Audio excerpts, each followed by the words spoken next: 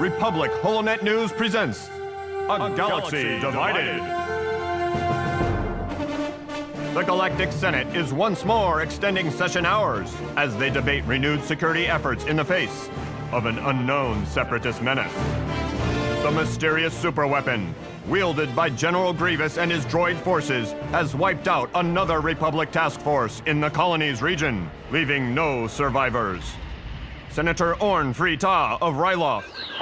Make no mistake, fellow delegates. We are being hunted as prey, and we need to take this fight back to Dooku and arm the Chancellor with the weapons and measures he needs to keep our world safe.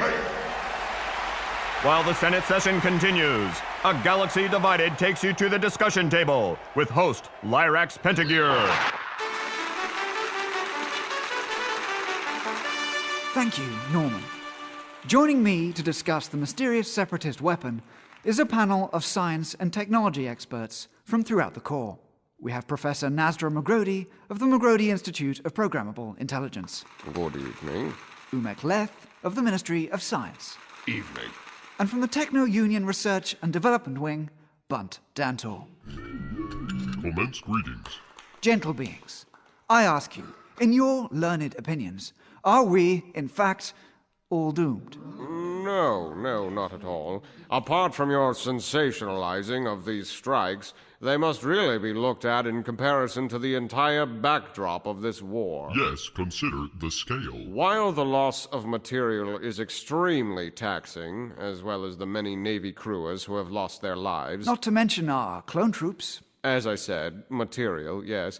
We are only ultimately looking at about a dozen or so strikes, assuming, of course, the military is being upfront and open about these losses. If I may interject, while I don't disagree with my esteemed colleague, it's the stealthy nature of the attacks that is of more relevance and more disconcerting than its destructive potential. Minister Leth, please continue. No survivors.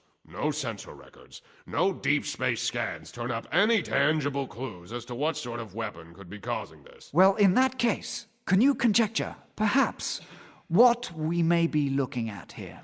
It's not really the place of science to postulate wildly in the face of scant evidence. Please. It is doubtlessly a cloaked ship with cloaked projectile weaponry. Oh, that's ridiculous. It is possible that the base vessel itself, capital scale, uses perhaps a hybridium-based large output shroud, while its ordnance relies on smaller Stygium-generated cloaking envelopes in order to have scalable cloaking solutions. Impractical and unimaginative. Energy yield calculations would require 17.56 gigajoules of output. One might as well expenditure. posit so fantastical a notion as the deployment of armed deep space knee-brazed space slugs or other vacuum leviathans that can avoid combat-calibrated sensor packages. Would such a thing be possible? Well, ancient Arcanian records have pointed to a fascinating case. The obvious solution is a form of mobile space-based ion cannon platform with secondary conventional weaponry that then takes advantage of the vulnerability of unshielded vessels. An ionic cannon capable of surprising and wiping out entire capital ship task forces would require a ship of unreasonable proportions, something on the magnitude of at least 8 kilometers in length. 12. 17. So you are saying that this is a possibility? A Gent-class hypermatter core could handle such power requirements. Really, an applied hypermatter solution could, conceivably, develop into a focused laser pulse that could scorch an entire planet's crust. But I do not think that this is the case here. We interrupt this program with a breaking news alert. Good evening. This is Altana Anya at the Coruscant News Desk. Representatives from the Republic Starfleet are making a statement regarding what appears to be the latest separatist superweapon strike. We take you now to that holofeed already in progress. In the food system.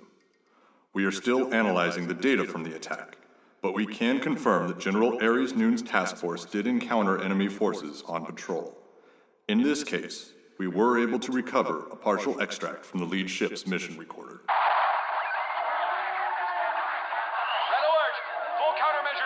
Rotate away from enemy vessel. You mean IFF read. The Malevolence? Target Malevolence. Ion pulse. Our shields are down. System failure cascade. Commander Kite, all hands to escape pods. Abandoned ship! Abandoned ship! Abandoned ship! The Supreme Chancellor...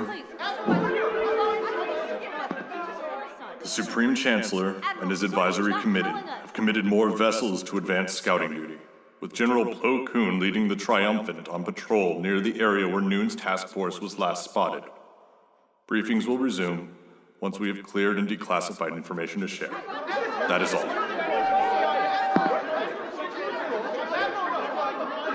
HNN will continue to follow this story as it develops.